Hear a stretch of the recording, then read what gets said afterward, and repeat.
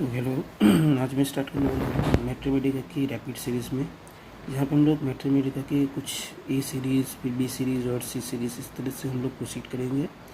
इसमें मैथमेटिका के इम्पोर्टेंट जो भी मेडिसिन जो दिए गए हैं उसकी इम्पोर्टेंट कैरेक्टरिस्टिक्स लाइक की नोट्स, कैरेक्टरिस्टिक्स, सिम्टम्स या रेयर सिम्टम्स को कवर करेंगे।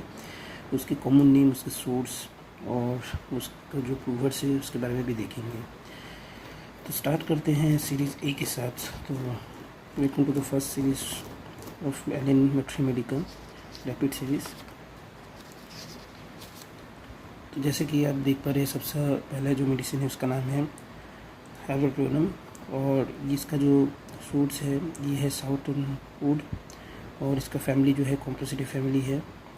इसमें सबसे इम्पोर्टेंट चीज़ जो देखने को मिलता है वो है क्या, अल्टरनेट कॉन्स्टिपेशन एंड डायरिया इसमें देखने को मिलता है, इसको याद रखना है। नेक्स्ट चीज़ है ना, ये जो पेशेंट होते हैं एल्बर्टोनम, इसके बारे में बता दें कि ये इनके जो पेशेंट होते हैं, बच्चे हो या बड़े, ये ना बहुत ही ज़्यादा इमासीटेड होते हैं, मैरसमस होते हैं, मतलब उनका वेट लॉस बहुत ज़्यादा होता है, मसल लॉस बहुत ज़्यादा होता है। और ये स्पेशली देखने को कहाँ मिलता है, लेग में देखने को मिलता है, या आउडर में भी देखने को मिलता है, सेनिकुलर ट्यूबरकुलिनम इसमें भी देखने को मिलता है। स्किन का जो होता है फ्लैबी होता है, ऐसा फ्लैबी होता है जैसे मान लीजिए कोई एक मोटा आदमी है, अगर वो पतला हो जाए अचानक से तो उसका एक्स्ट्रा स्किन जो होता है क्या करेगा, हैंग करने लगेगा लूज फूल की तरह। तो ये सब देखने को मिलता है कहाँ में, नेक में। और ये सेम चीज़ नेट्रोम्यूर में भी देखने को मिलता है और सेनिकुलर में भी देखने को मिलता है। अगर आपको बोला जाए कि स्पेशली जो लेग इमासीटेड किस में होता है, तो ये आर्बोटोनम में होता है, आर्डम में होता है, सेनिकुलर में होता है और ट्यूबरकुलिनम में होता है। और जो बाकी स्किन जो फ्लैबी हो जाता है, लूज़ होता है, ये नेक का, वो नेट्रोम्यूर, सेनिकुलर और आर्बोटोनम में, मतलब आर्बोटोनम में दोनों ही मिलता है, लेग का भी और नेक का भी सिम्टम। इसमें एक पेशेंट इतना ज़्यादा वीक हो जाता है, इतना ज़्यादा वीक हो जाता है कि वो खड़ा तक नहीं रह पाता है। ठीक है, उसकी एक्सट्रीमिटी बहुत ही ज़्यादा मैरसमस देखने को मिलता है, लेकिन उनके खाने में कोई कमी नहीं है, रेवनस हंगर देखने को मिलता है। Losing flesh while eating well, ये लाइन बहुत इंपॉर्टेंट है क्योंकि इसमें बताया गया है कि वो अच्छा खासा खाते तो है लेकिन फिर भी अपना फ्लेश को लूज़ कर रहे हैं। ये आर्डम, नेट्रोम्यूर, सेनिकुलर, ट्यूबरकुलिनम और आर्बोटोनम, ये पाँचों ड्रग में मिलता है। इसके अलावा आप यहाँ पे उतना इम्पोर्टेंट नहीं है, इसमें एक बोल सकते हैं कि पेनफुल कंट्रैक्शन होता है, क्रैम्प होता है, ठीक है, या फिर लिम्प में, या फिर कोलिक, मतलब कोलिक के बाद। और इसके अलावा रिमोटिज़म होता है। रिमोटिज़म में क्या है कि स्वेलिंग हो जाते हैं, ठीक है, एक्सेसिव पेन देखने को मिलता है उनके बोन्स में। और इनमें जो अल्टरनेट हेमोरेज होता है वो डिसेंट्री के साथ होता है।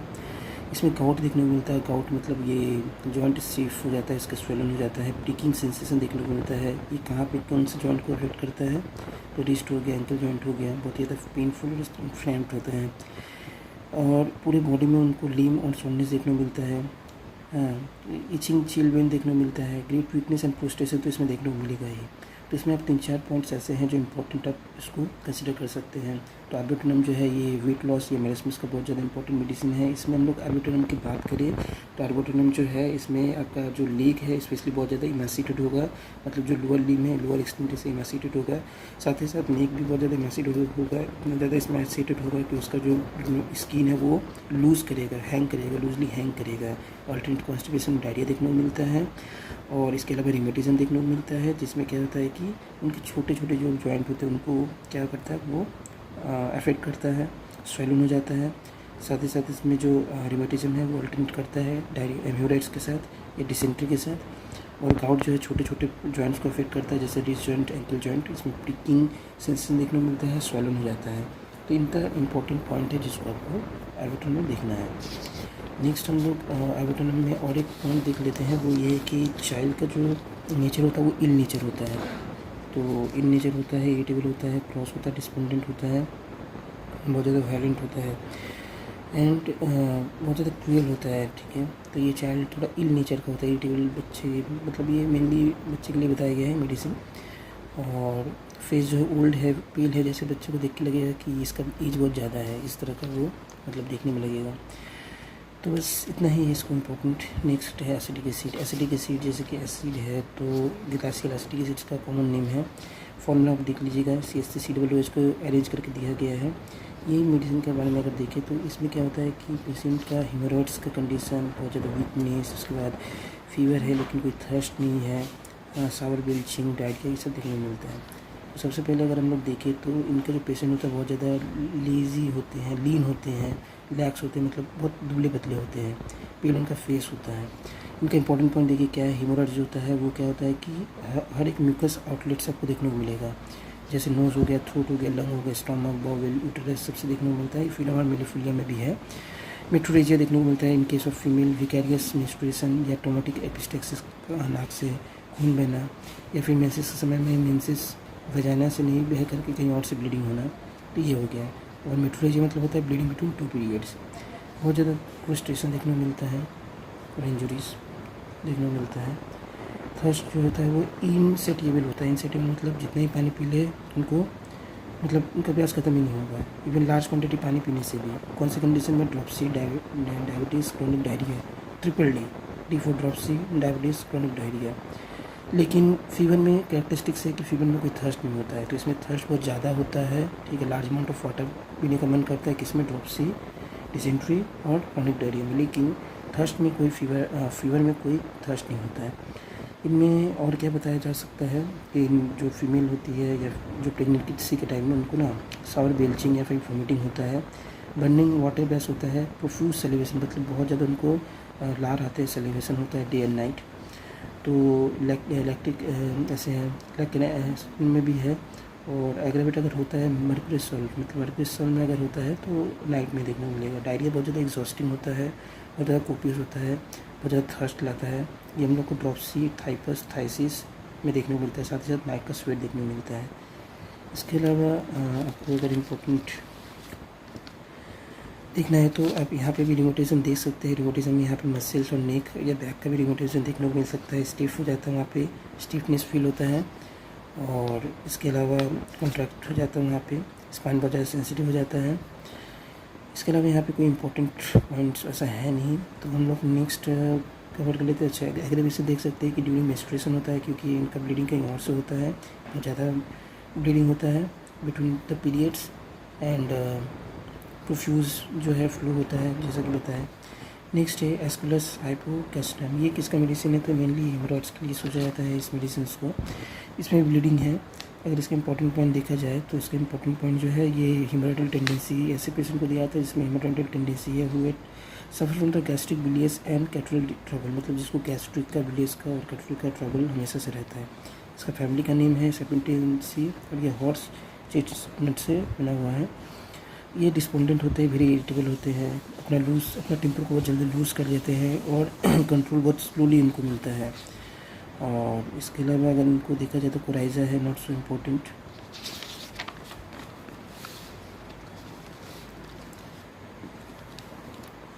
नेक्स्ट है आपका ये रेक्टम वाला पार्ट। रेक्टम में क्या आता है? ड्राइनेस देखने को मिलता है, जैसे कि मानो कि यहाँ पे हीट गर्म है बहुत ज़्यादा। Feels as a full of small stick, मतलब ऐसा महसूस होगा रेक्टम वाला जगह कि स्टिक से, छोटे छोटे स्टिक से भरा हुआ है। नाइफ लाइक पेन देखने को मिलता है जो कि सूट ऑफ द रेक्टम। और इसके अलावा हेमोरॉइड्स जो है वो ब्लाइंड होता है, पेनफुल होता है, बर्निंग और पर्पलिश कलर का हो जाएगा हेमोरॉइड्स। इसके अलावा रेक्टम जो है स्लो देखने को मिलेगा, पूरा भरा हुआ जैसा महसूस होगा, बर्निंग सेंसेशन होगा, इचिंग होगा, ये सल्फर में भी देखने को मिलता है। इसका जो भी इंपॉर्टेंट सिम्टम्स और पॉइंट्स है वो हेमोरॉइड्स या रेक्टम से रिलेटेड ही है।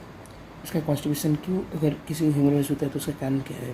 तो कॉन्स्टिपेशन होता है। कॉन्स्टिपेशन क्या होता है? हार्ड है, ड्राई स्टूल है, डिफ़िकल्ट टू पास, बहुत ज़्यादा मुश्किल होता है पास करने में, with dryness and heat of the rectum. साथ ही साथ वहाँ ड्राइनेस देखने को मिलेगा। इसमें एक चीज़ याद रखना कि हेमोरॉइड्स जो होता है, इसके जो हेमोरॉइड्स में उसको ड्राइनेस देखने को मिलता है।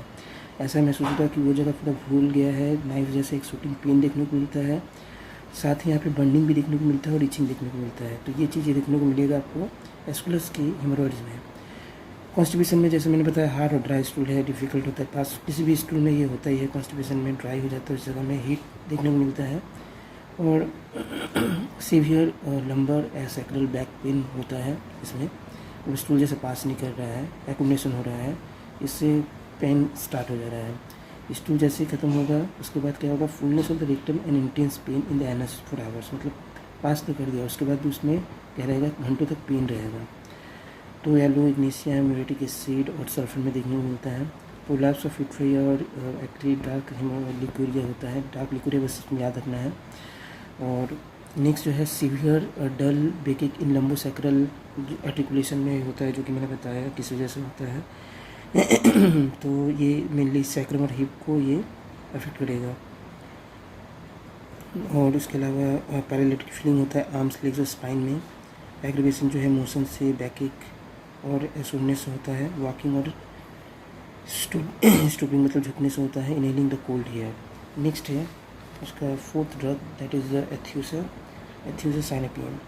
एथ्यूसा साइनेपियम जो है इसमें इसका जो फुल्स वाटले जो है इसका कॉमन नेम है, और अम्बलिफेरी जो है इसका फैमिली का नाम है।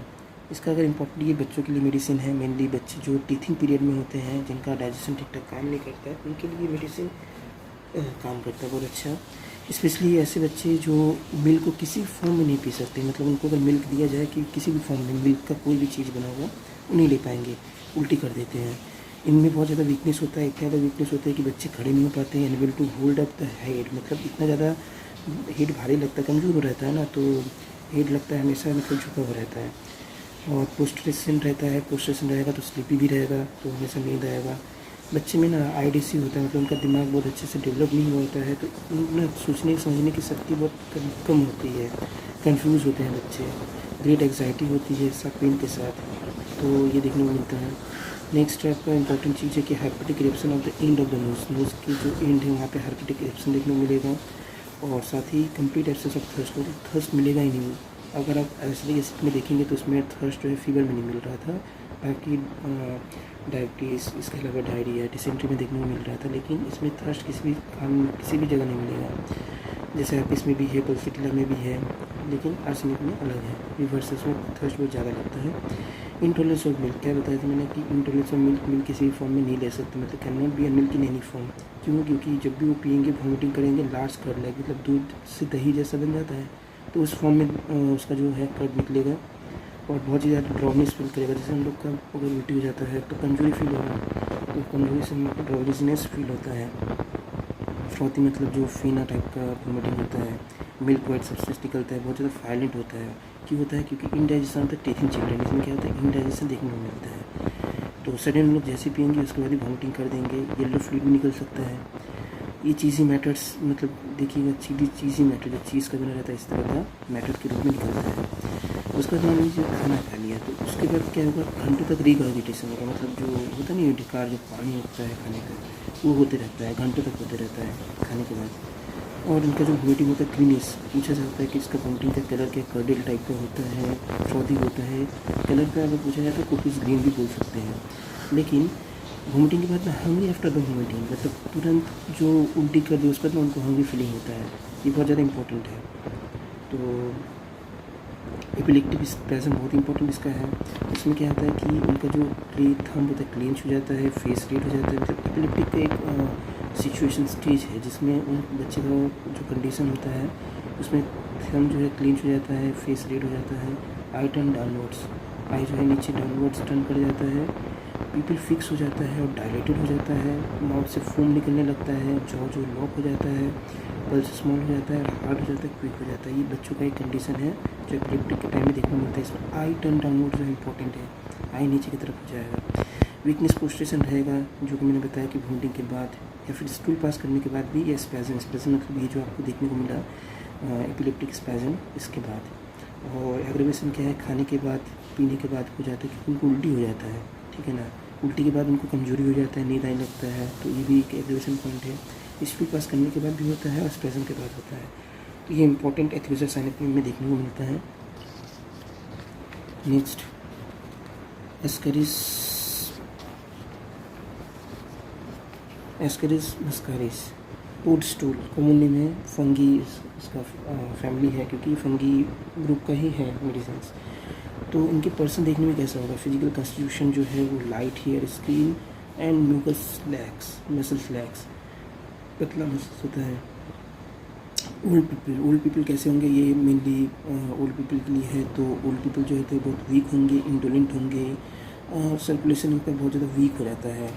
जैसे कि कोई ड्रंकियर्ड है तो उनका हेडेक होगा तो इसको यूज़ कर सकते हैं। बैड इफेक्ट ऑफ डिवॉच, मतलब आयासी जो होता है ना, आयासी करने के बाद जो बैड इफेक्ट देखने को मिलता है पेशेंट या पर्सन में, तो उसके लिए बहुत इंपॉर्टेंट है।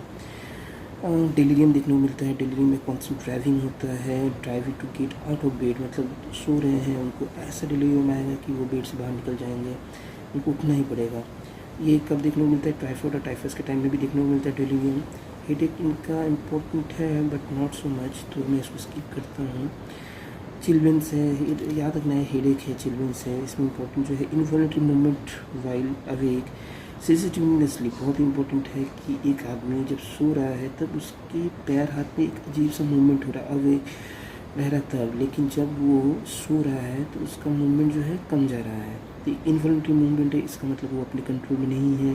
कोई आदमी बैठा हुआ है, इसका हाथ हिल रहा है, उसका पैर हिल रहा है, तो दैट इज़ इनवॉलंटरी मूवमेंट, जिसको कंट्रोल नहीं कर सकता। ये जब वो जगह रहेगा तब रहेगा, जैसे ही सो जाएगा उसका ये जो सिम्टम है वो सीज कर जाएगा, कम जाएगा। तो ये कोरिया का सिम्टम्स हो गया जो कि देखने को मिलता है। और ये क्यों होता है? ये सिंपल एक मोशन है जो कि जर्क की वजह से होता है। किसका? सिंगल मसल्स का, किसी भी एक सिंगल मसल का जर्क होने की वजह से होता है। इससे ऐसा लगता है कि उसका होल बॉडी डांसिंग कर रहा है। लाइक आप किसी डॉग को देखेंगे, स्ट्रीट डॉग को, मतलब उसका बॉडी किसी तरह का मूवमेंट कर रहा होता है, ऊपर नीचे टाइप का, तो देख के लगता है कि ये डांस कर रहा है। तो this type of things can be seen in the Agaricus muscarius patients. Where jerks देखने को मिल सकता है सिंगल मसल्स में, जहाँ डांसिंग होल बॉडी फील होगा। ट्रिम्बलिंग मतलब होल बॉडी, पूरे बॉडी ही हिल जाएगा, ट्रिम्बलिंग देखने को मिलेगा। अगर ट्विचिंग होगा फेस मसल का तो प्रॉक्सिमिटी से बारे में सोच सकते हैं। सेंसेशन ऐसा होगा कि जहाँ पे टच करेंगे उसको ना बहुत ज़्यादा ऐसी टच होगा, मतलब ठंडा लगेगा, ऐसी cold needles were piercing the skin, ऐसा महसूस होगा, मतलब ठंडा ठंडा जो है वो कोई नीडल उसको चुभ रहा है उसकी स्किन में, इस तरह का उसको महसूस होगा। और इसमें इम्पोर्टेंट पॉइंट जो है उसका स्पाइन बोल सकते हैं। स्पाइन जो है उसका बहुत ज़्यादा सेंसिटिव होता है, टच नहीं कर सकते। थेरियो में भी देखने को मिलता है जो कि वर्स हो जाता है मॉर्निंग में। इसके अलावा इम्पोर्टेंट पॉइंट्स आप देखेंगे तो ये है नर्वस फ्रस्ट्रेशन आफ्टर सेक्सुअल डिबॉचेस। तो इसका ना इम्पोर्टेंट ये है कि सेक्सुअल डिबॉचेस हो गया, अल्कोहल के बाद इनका प्रॉब्लम हो जाता है, तो नर्वस फ्रस्ट्रेशन होता है। और एपिलेप्सी देखने को मिलता है, सप्रेस इरप्शन, कोई इरप्शन है उसको सप्रेस कर दिया तो एपिलेप्सी देखने को मिलेगा। और every motion, every turn off the body causes pain in spine, मतलब जब भी वो थोड़ा सा हिलने की कोशिश करेगा, हल्का सा मुड़ेगा तो उसको पेन होगा स्पाइन में। Single vertebra sensitive to touch, इसका सिंगल एक वर्टिब्रा सेंसिटिव हो जाता है टच करने को, टच इतना ज़्यादा इम्पोर्टेंट हो जाता है उसका। और प्रोलैप्स देखने को मिलता है, पोस्ट क्लाइमेट्रिक सिचुएशन देखने को मिलता है फीमेल में, जिसमें बियरिंग डाउन सेंसेशन मिलता है। और पेन जो होता है ऑलमोस्ट इनटॉलरेबल, इतना ज़्यादा पेन होता है कि टॉलरेट नहीं कर पाएंगे। एक्सट्रीम सेंसिटिव टू कोल्ड, ये कैलकेरिया, कैलिकार्ब और सोराइनम में भी है। और इसके अलावा पेरिडाकार्ड भी आप सोच सकते हैं, स्लेसिया भी है।